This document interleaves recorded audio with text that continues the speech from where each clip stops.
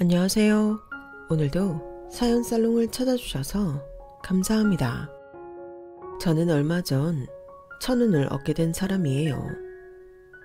살면서 다들 기적 같은 천운을 경험하는 순간이 한두 번쯤 있으시지 않나요? 보통 그런 경우에 조상신이 도왔다고도 하잖아요. 제 경우가 딱 그랬어요.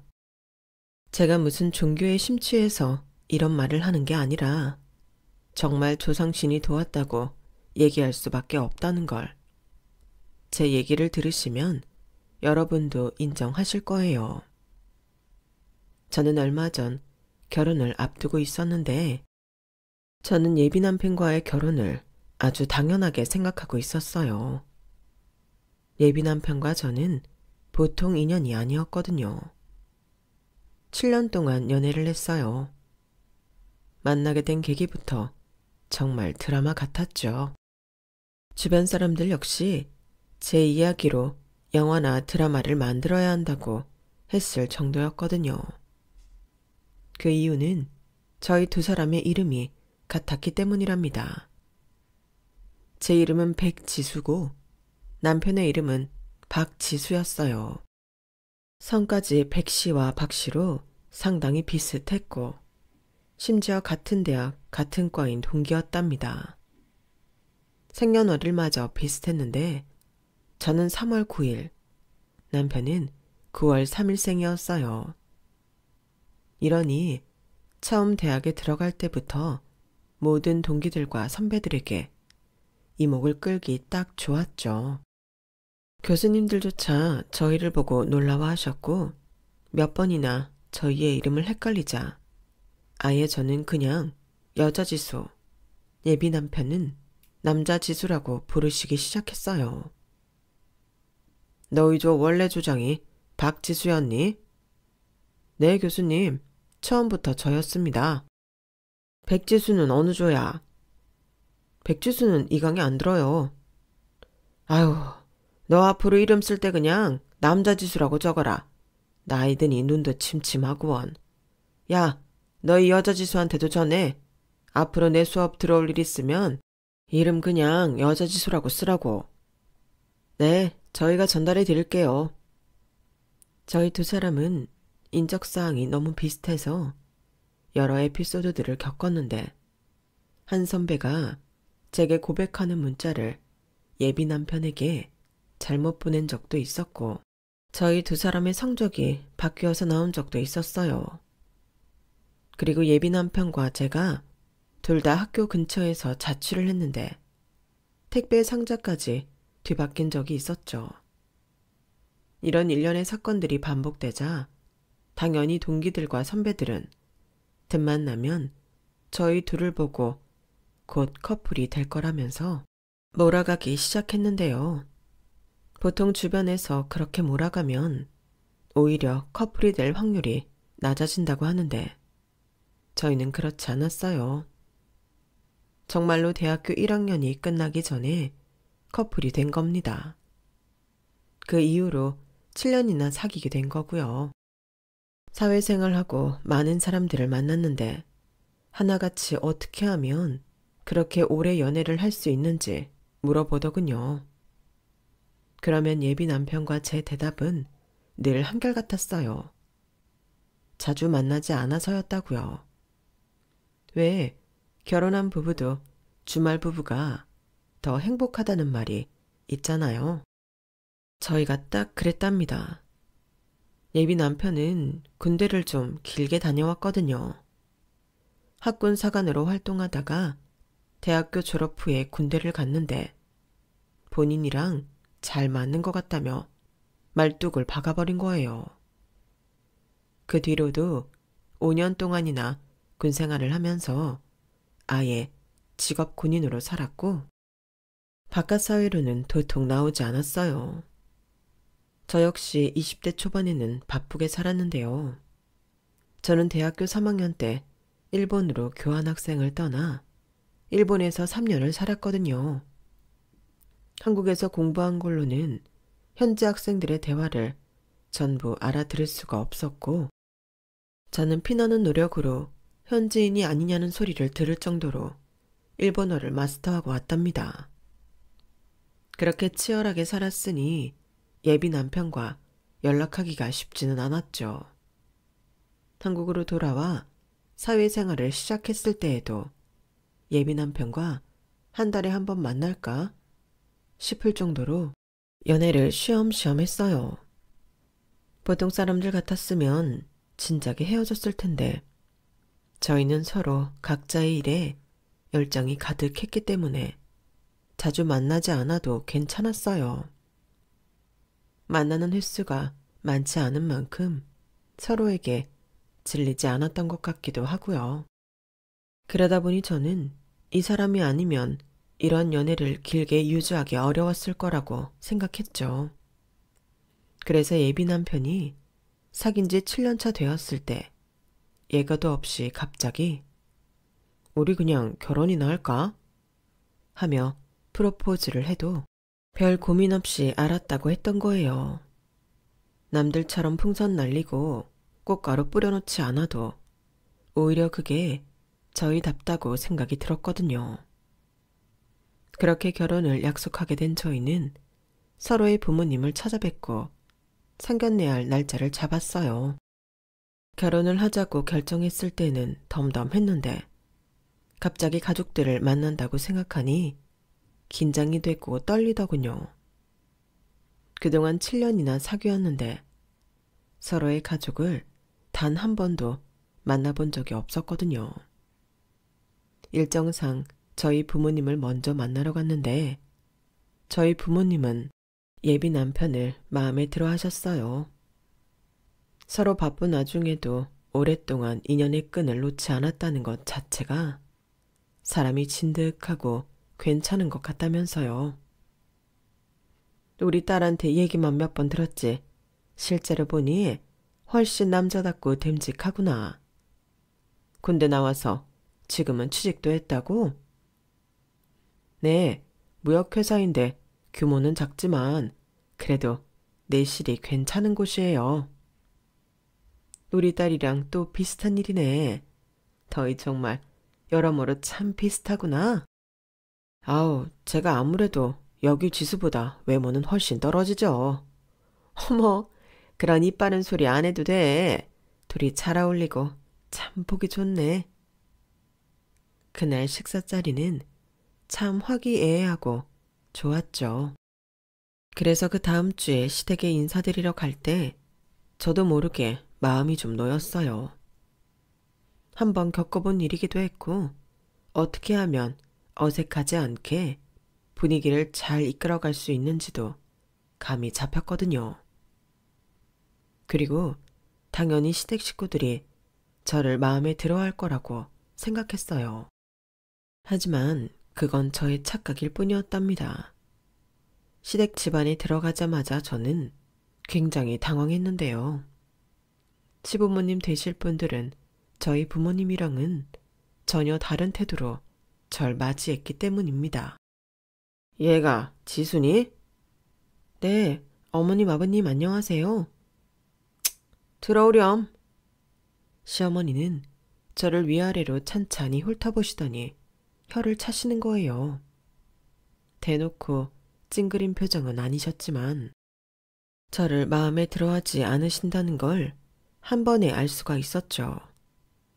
시어머니가 꽃을 좋아한다고 해서 저는 과일 바구니 대신에 꽃 바구니를 들고 갔는데 시어머니는 제가 준비한 꽃 바구니를 아무 감흥 없이 보더니 그냥 그래, 고맙구나 한마디 하시곤 베란다에 내놓으시더군요.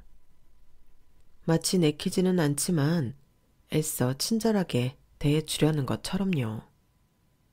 그 집안 자체가 어둡고 조용했는데 밖으로 나가지도 않고 집에서 식사를 했어요.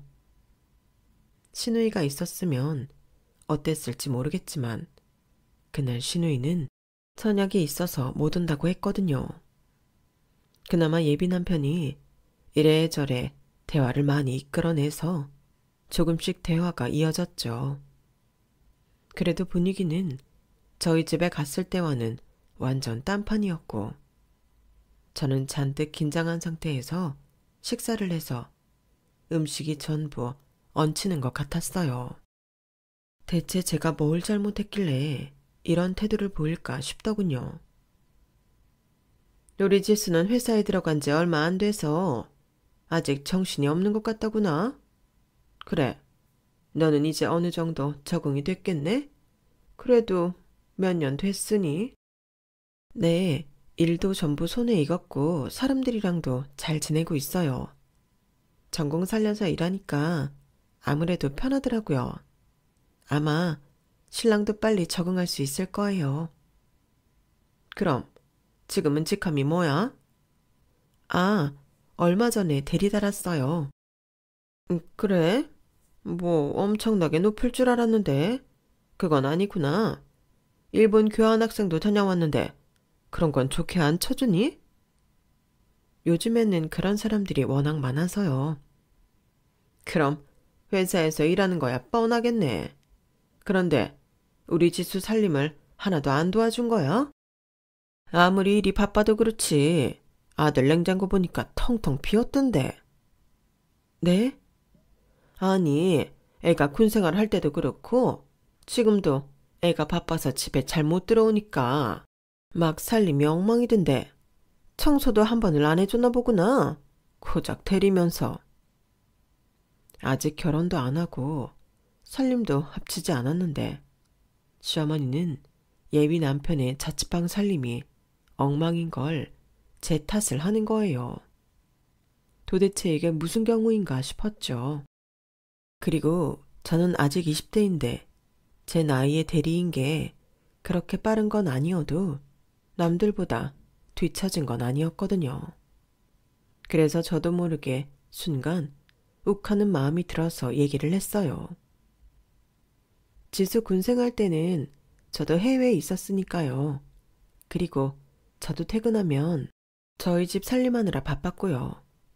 지수도 자취를 하루 이틀 한 게 아닌데 청소하고 밥해 먹는 건 알아서 할 수 있어요, 어머님. 그래, 뭐. 하무렴. 너도 바쁘긴 바쁘지.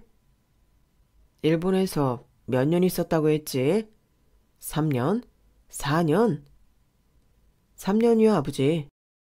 해외 나갔다 왔다는 여자는 조사를 잘 해야 돼. 너 그동안 남자 만나고 다니지는 않았지? 한국에 애인 두고 외국에서 공부한다면서 이 남자 저 남자 만나고 다니는 사람도 많으니 조심해선 나쁠 것 없다.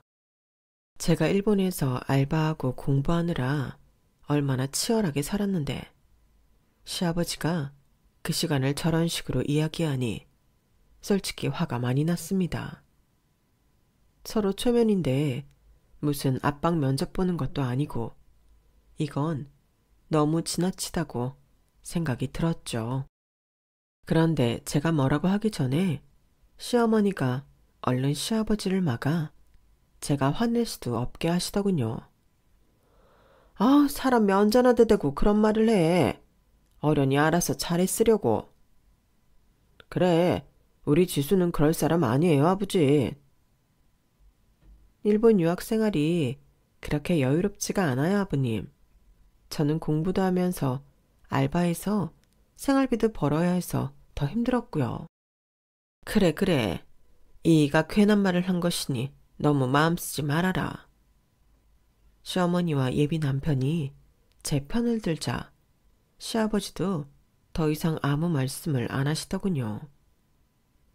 저도 기분이 상할 대로 상해버려서 더 이상 이야기하지 않았죠.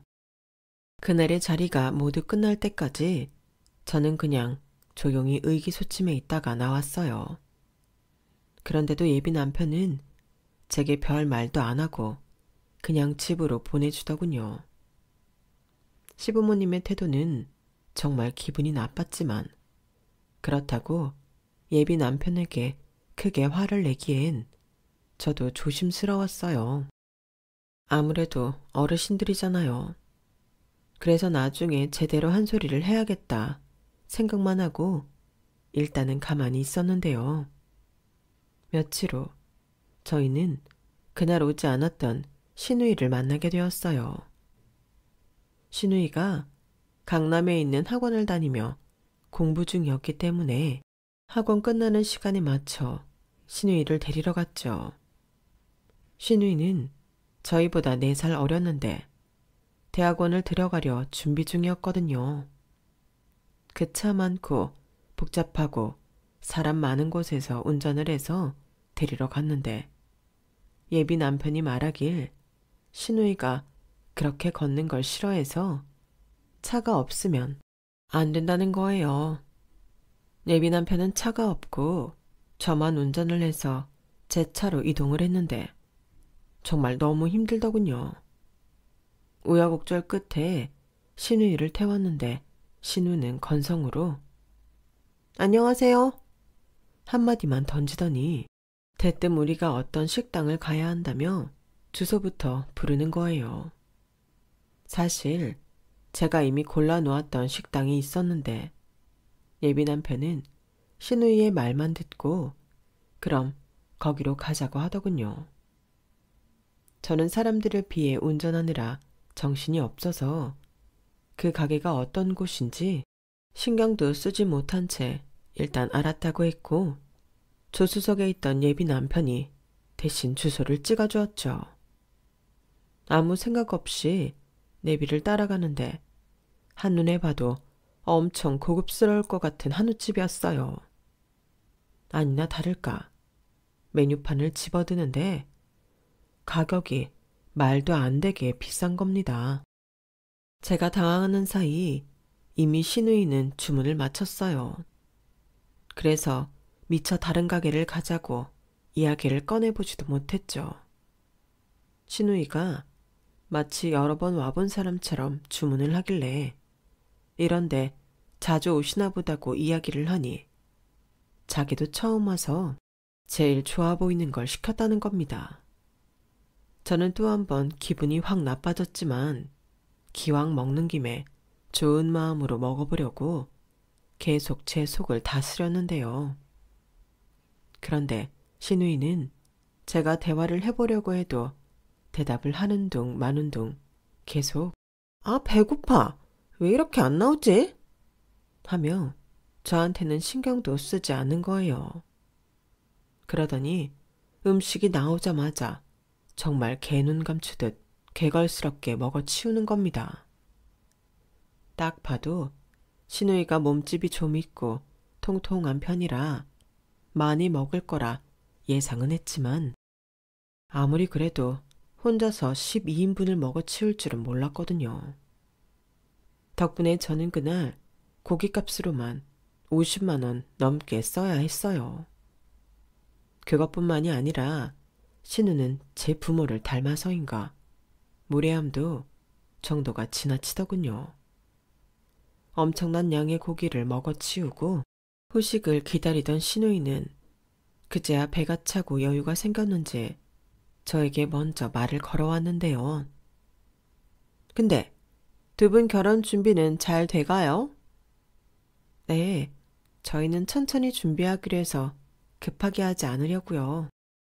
이제 예식장이랑 스튜디오 잡아놨어요. 그거면 뭐 다 했네요. 신혼집은 어디로 구하시려고요? 시댁 근처가 되지 않을까 싶어요. 저희 둘 다 회사가 그쪽이랑 가깝거든요. 다행이네요. 언니, 예쁘던 많아 보이는데 사이즈 맞으면 입어도 되죠? 오늘 입은 옷도 괜찮아 보이는데? 네, 근데 사이즈가... 아니, 디자인이 학생이 입기엔 좀 화려할 거예요. 언니, 요리 잘해요? 요리요? 뭐 간단한 건 할 줄 아는데. 그냥 먹을만해. 좀 달게 하는 편이긴 한데 뭐 그럭저럭. 아, 그래? 난 단 거 그렇게 많이 먹는 스타일은 아닌데. 뭐 그건 좀 아쉽네요. 제 앞에서 대놓고 신우이한테 제 요리를 평가하는 예비 남편이나 그 얘기를 듣고 탐탁치 않아 하는 신우이나 아주 꿀밤을 한 대 놔주고 싶을 정도로 밉상이더라고요. 그래서 저는 제 표정을 굳이 숨기지도 않고 기분 나쁜 티를 그냥 내고 있었어요. 그런데도 두 사람은 눈치가 없는 건지 아니면 저를 무시하는 건지 후식 메뉴가 나오자마자 또 개걸스럽게 먹어치우기 바빴죠. 차라리 먹는 데만 입을 썼다면 나을 뻔했는데 신우이의 무례함은 끝나지 않았어요. 자리를 슬슬 정리하려는데 한 끼 식사만 50만 원을 처먹은 신우이는 저한테 뻔뻔하게도 이렇게 물어보더군요. 근데 언니, 저 용돈 좀 주실래요? 용돈이요? 왜요? 여기 오빠한테 받으시면 되겠는데요. 얘가 돈이 어딨어요. 저 지금 친구들이 나오라고 해서 가봐야 할 것 같거든요. 아직 가족도 아니고 하니까 일단 10만 원만 주세요. 죄송한데 제가 오늘 아가씨 때문에 필요 이상의 지출을 해서 더 이상 줄 수 있는 게 없는데요. 그리고 아직 가족도 아닌데 돈은 왜 받으세요? 여기 지수도 10만 원은 있어요. 뭐해? 동생이 용돈 달라잖아. 아니, 무슨 필요 이상의 지출을 해요. 저 만나면 식사 대접해 주신다면서요. 저희 중에 평균 이상으로 돈 잘 버는 사람 없고 서로 재벌 만큼 돈이 많은 것도 아니라는 거 아는 상황에서 한 끼 식사로만 이렇게 먹었으면 필요 이상의 지출 맞잖아요. 뭐야, 왜들 그래? 자기 갑자기 왜 이래? 아가씨는 친구들 보러 갈 길 가시고요. 넌 따라 나와. 신우이는 얼굴이 불그락 푸르락해져서는 아무 말도 못하고 있었어요. 가게 안 사람들이 전부 저희 쪽을 쳐다봤는데 아무래도 저보다 덩치가 있는 신우이 쪽을 위아래로 훑어보며 웅성웅성 거렸거든요. 그러거나 말거나 계산을 마친 저는 그대로 예비 남편을 데리고 나왔고 그간 쌓여있던 얘기들을 전부 쏟아냈어요. 내가 저번부터 계속 참고 있었는데 자기네 가족들 전부 나한테 너무 무례한 거 아니야? 뭐? 가족이 무례하고 말고가 어딨어. 그리고 자기가 방금 내 동생한테 한 건 무례한 거 아니냐? 사람들 다 보는 데서. 그럼 네 동생이 대놓고 먹어보지도 않은 내 음식 평가지라고 내 의견은 묻지도 않고 옷 빌려 입겠다느니 하는 건 안 무례해? 동생뿐만이 아니라 너희 부모님이 저번에 나한테 뭐라 그랬어? 뭐? 해외살이하던 여자들은 조사를 잘해야 한다고?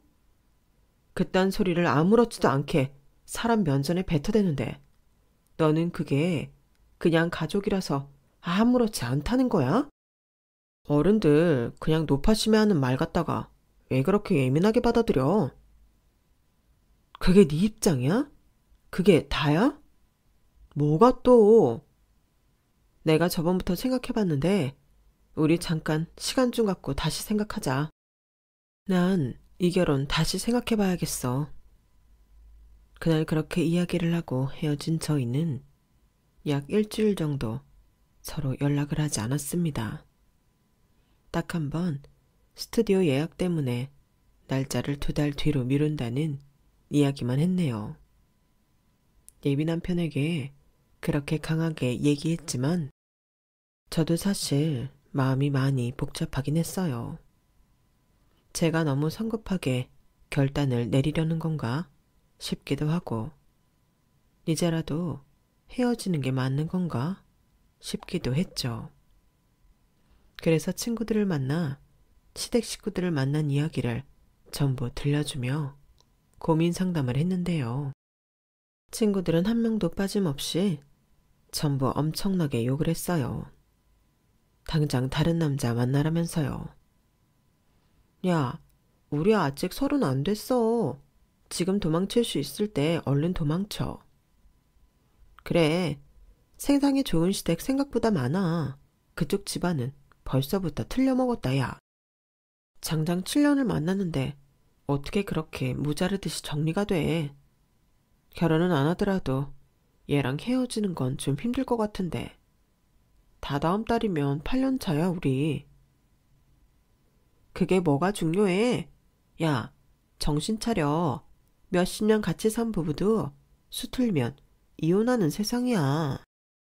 부모들이 사람 면전에다 대고 그러고 있었다면 박지수 걔도 뻔해. 신우이란 애도 지금이야 50만 원이지. 결혼하면 500만 원도 뜯어갈 인간이다. 지금 하는 짓만 봐도 훤하다 훤해.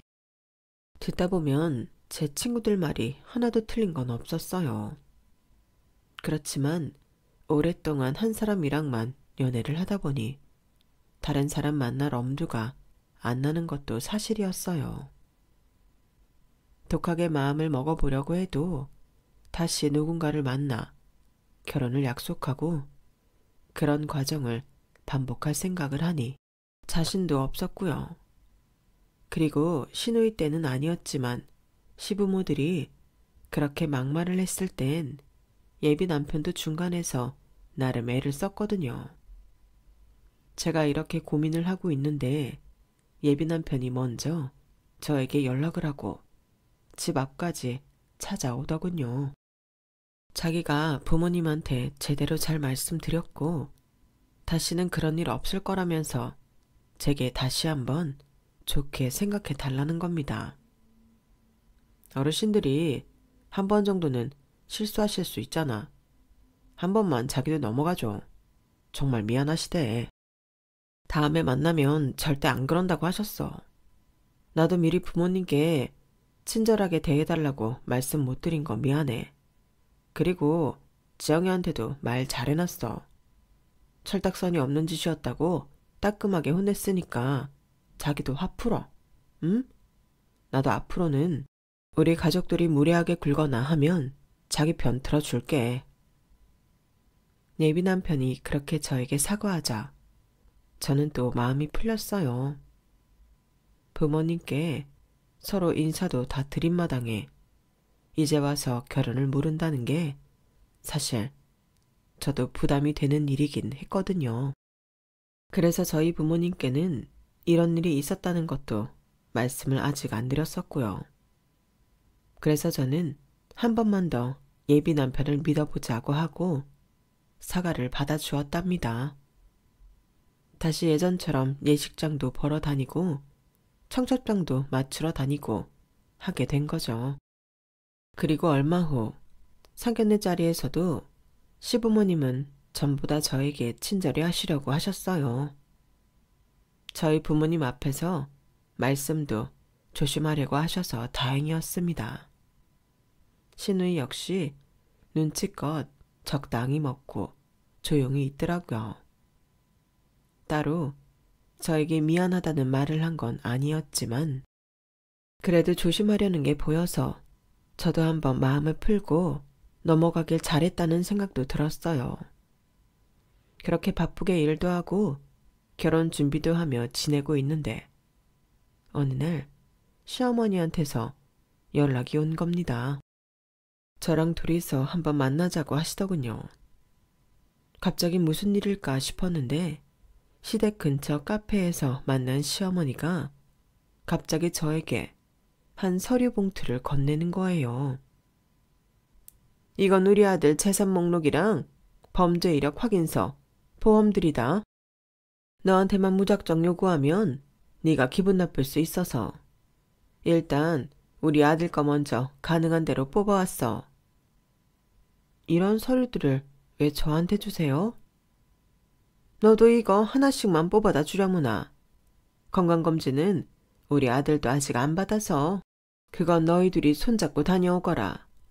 산부인과도 꼭 다녀오고 기분 나쁘게 듣지 않았으면 한다. 결혼이라는 게 괜히 일륜지대사라는 게 아니야. 이런 작은 것이라도 철저히 하는 게 좋아. 서로 조심해서 나쁠 건 없지 않니? 아마 부모님께 여쭤보면 이해하실 거다.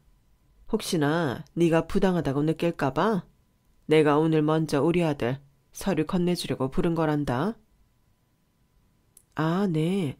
어머님, 무슨 말씀이신지 이해했습니다. 기분 나쁜 건 아니에요, 어머님. 그래, 이해했다니 다행이구나. 차분하게 들어보니 시어머니 말은 틀린 게 하나도 없었어요.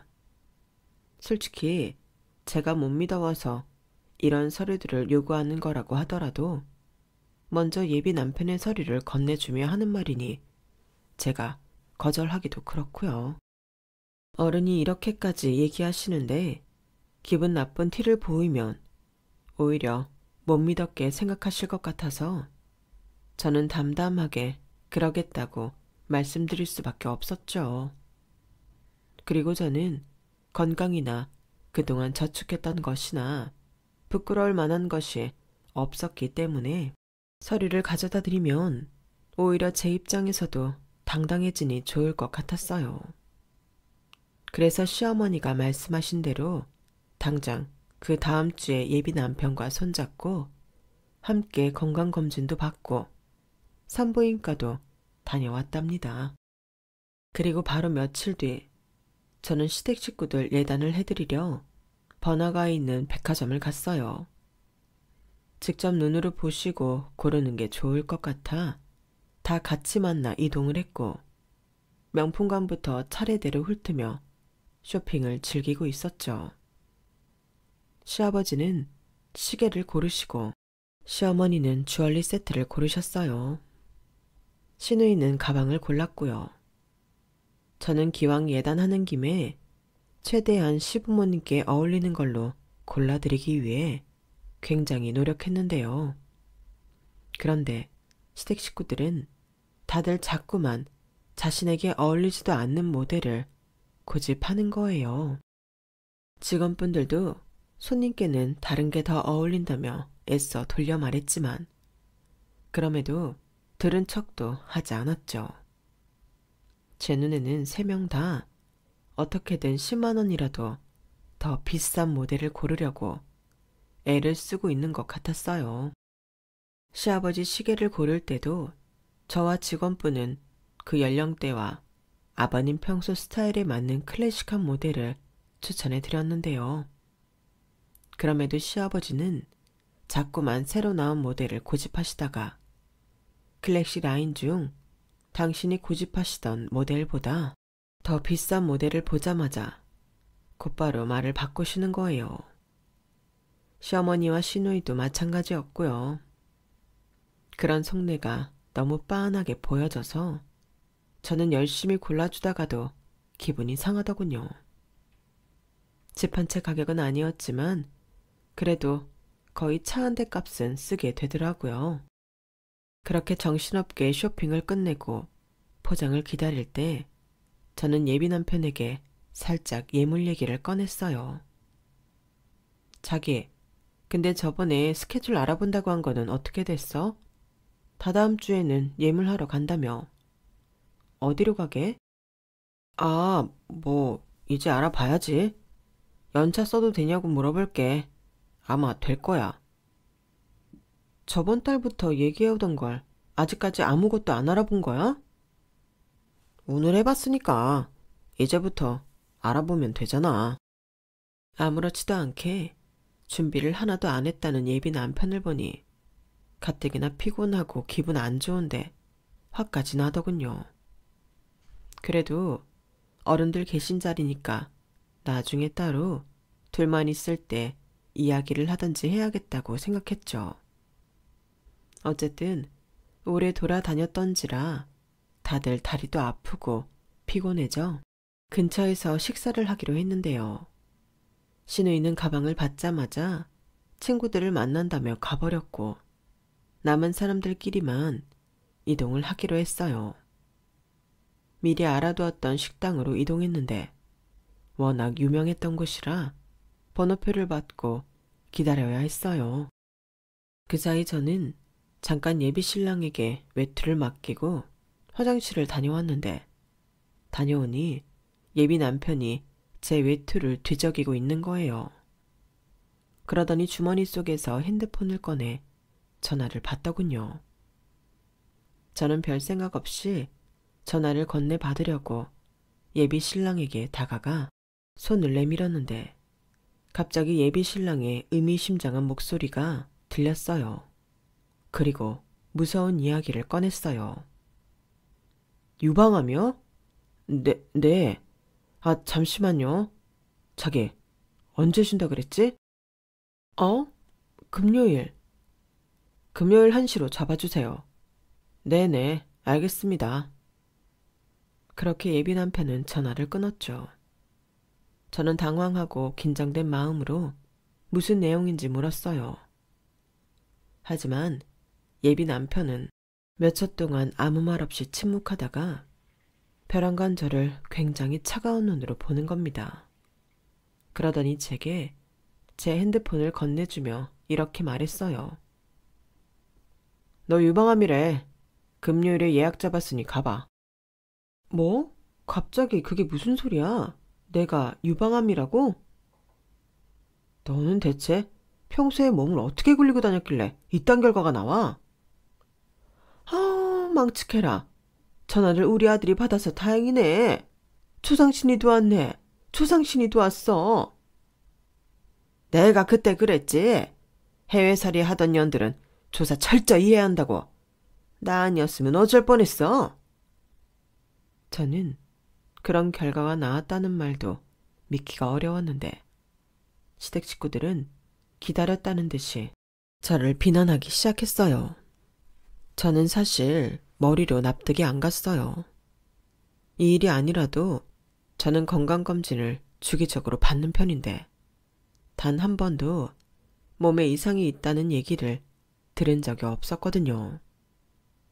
그리고 예비 남편과 같이 진행했던 검진 단 하나만으로 암 판정이 그리 쉽게 날 리도 없었고요. 확실해? 갑자기 암이라니. 그럴 리가 없잖아. 자기가 잘못 들은 거 아니야? 그건 병원 가서 확인해보고 어쨌든 네 몸에 이상한 게 있다는 건 사실이잖아. 그것도 다른 것도 아니고. 우리 결혼은 없단 일로 하자. 아니 잠깐만. 아직 확실하지도 않은 결과 같다가 왜 갑자기 사람을 이상하게 취급을 해? 설령 내가 유방암이라고 쳐. 그렇다고 하더라도 그게 내가 몸을 함부로 해서 생긴 건 아니지. 이게 대체 무슨 이상한 논리야? 이런 이유로 갑자기 결혼을 없던 일로 하자고? 어떻게 네가 나한테 이럴 수가 있어?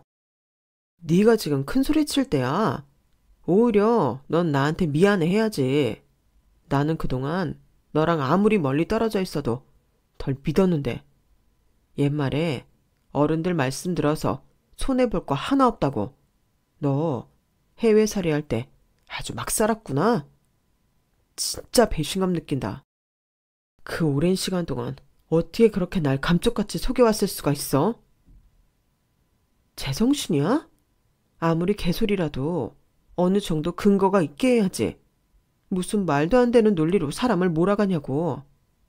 차라리 처음부터 결혼을 하기 싫었으면 얘기를 하지. 지금 나랑 결혼하기 싫어서 핑계대는 거야? 진짜 남자 새끼가 비겁하기 짝이 없어.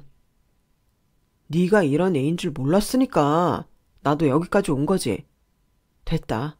도저히 너랑은 할 말도 없고 엄마 말처럼 조상신이 이렇게 도와주시는데 내가 어떻게 너랑 결혼을 할 수가 있겠어? 진짜. 그 순간 저는 제가 몸에 이상이 생겼다는 것도 서럽고 예비 남편이 저를 이상한 여자로 몰아가는 것도 화가 나고 답답해 저도 모르게 눈물이 났어요. 그 와중에도 핸드폰으로 문자 오는 소리가 들리자 습관적으로 핸드폰 액정을 보게 되더군요. 그런데 뭔가 이상했습니다. 이름이 제 이름이 아니라 남편 이름이었던 거예요. 박지수님, 몇 월 며칠 1시 예약되셨습니다. 라고요. 순간적으로 뭔가 잘못했을 수도 있겠다는 생각이 들었어요. 촉이라기보다는 그 순간엔 현실을 부정하고 싶은 마음에 그랬던 것 같습니다. 그래서 저는 그 자리에서 병원으로 다시 전화를 걸었어요. 여보세요? 죄송한데 방금 전화 받았던 사람인데요. 유방암이라고. 저한테 전화하신 거 맞아요? 유방암이요? 혹시 박지수님 핸드폰 번호 아니세요? 아니요, 저는 백지수고요. 남편 이름이 박지수인데요. 그런데 좀 전에 박지수님 맞으시다고. 어머, 핸드폰 번호 뒷자리가 똑같으셔서 저희가 착각한 것 같네요. 정말 죄송합니다. 저희가 박지수님께 다시 연락드리겠습니다. 그럼 제 검진 결과는요? 백지수님은 이상 없으세요. 놀라시게 해드려 죄송합니다. 금요일에 예약되신 거 바로 취소해드릴게요. 죄송합니다. 정말 죄송합니다. 상황 파악이 끝난 저는 전화를 끊었고 여전히 차가운 눈으로 보고 있는 예비 남편에게 가서 쇼핑백들을 낚아채웠답니다. 시어머니는 그런 제게 대번에 달려들며 손에서 쇼핑백을 낚아채가려 하시더군요. 어머, 얘 지금 뭐하니? 남의 물건들 가지고. 노망 나셨어요? 남의 물건들이요? 이거 전부 제 카드로 긁은 제 물건들인데. 어디서 도둑질이세요? 막말로 당신이 뭔데 내가 이 비싼 걸 그냥 주겠냐고요. 야, 너 지금 우리 엄마한테 그게 무슨 말버릇이야? 미쳤어?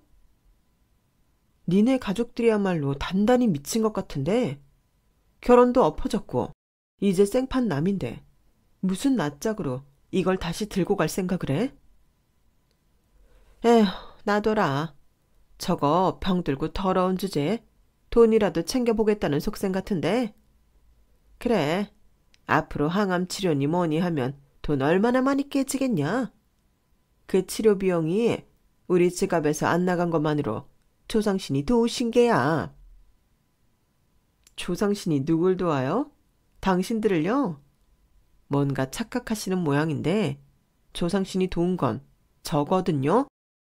시댁 식구들은 그게 무슨 소리냐며 절 미친 사람 취급을 하더군요. 그래서 제가 병원에서 날아왔던 예약 문자를 그대로 예비 남편에게 보여줬어요. 박지수, 이름 석자 확인하라고요.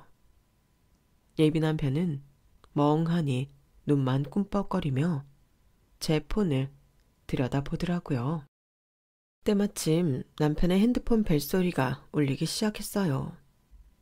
전화를 받은 남편은 한순간에 표정이 굳어지더군요.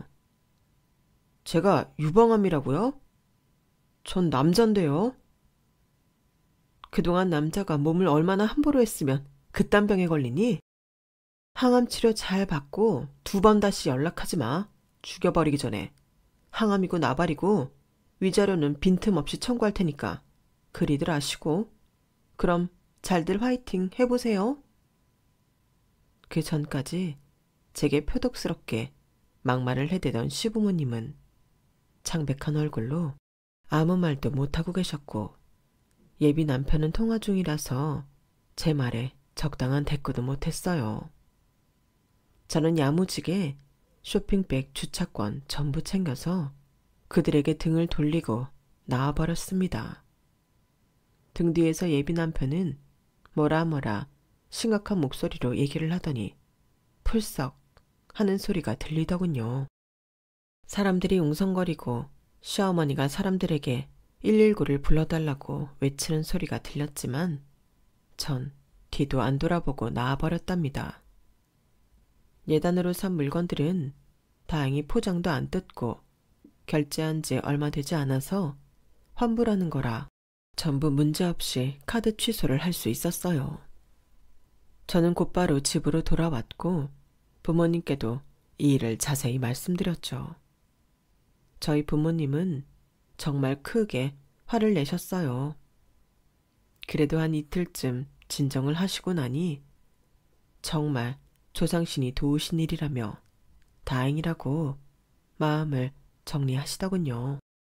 그리고 저는 시간을 내 변호사 상담을 받고 예비 남편을 상대로 위자료 청구를 했답니다. 증거를 수집하는 일은 그리 어렵지 않았는데요. 예비 남편, 아니 전 남친이 된 그 망할 놈이 제 발로 저를 찾아왔기 때문이었죠. 지수야, 잠깐 나랑 얘기 좀 해. 낯짝도 듣고 온 그놈은 제가 자취하는 집 앞까지 찾아와 저를 기다리고 있더군요. 퇴근 후 그 인간을 마주한 저는 대번에 인상을 팍 쓰며 험한 말을 했어요. 물론 들고 있던 핸드폰으로 재빨리 녹음 버튼을 틀고요. 주접 떨고 있네. 안 꺼져? 여기가 어디라고 찾아와? 경찰 부르기 전에 알아서 꺼져. 말 좀 이쁘게 안 할래? 넌 내가 7년 동안이나 이쁘게 말하라고 해도 꼭. 일단 들어가서 얘기하자. 도어락 비밀번호는 언제 바꿨어? 그럼 주인도 없는 남의 집에 도어락을 열고 들어가려고 했냐? 미친 거 아니야? 네가 무슨 자격으로 그딴 짓을 해? 그날 일은 미안해. 근데 그럴 수밖에 없었잖아. 결혼을 앞두고 있는데 그런 엄청난 병에 걸렸다는 소리를 들으니까. 그럼 나도 이해를 해야지.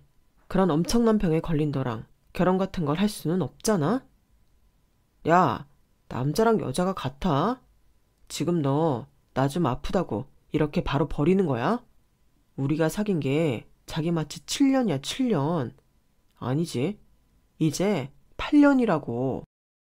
그런데 어떻게 이렇게 바로 나를 버릴 수가 있어? 네가 그러고도 사람이야? 나 사랑하기는 했어? 허, 너 참 대단하다. 버리는 거야. 난 지금 네가 나한테 한 짓 그대로를 돌려주고 있는 거란다. 그 긴 세월을 제대로 붙어 있질 않았더니 내가 그동안 네가 이렇게까지 돌대가리에 이기적인 놈인지 몰랐네. 너 그때 나한테 분명히 네가 먼저 결혼 없자고 말했었어. 기억 안 나?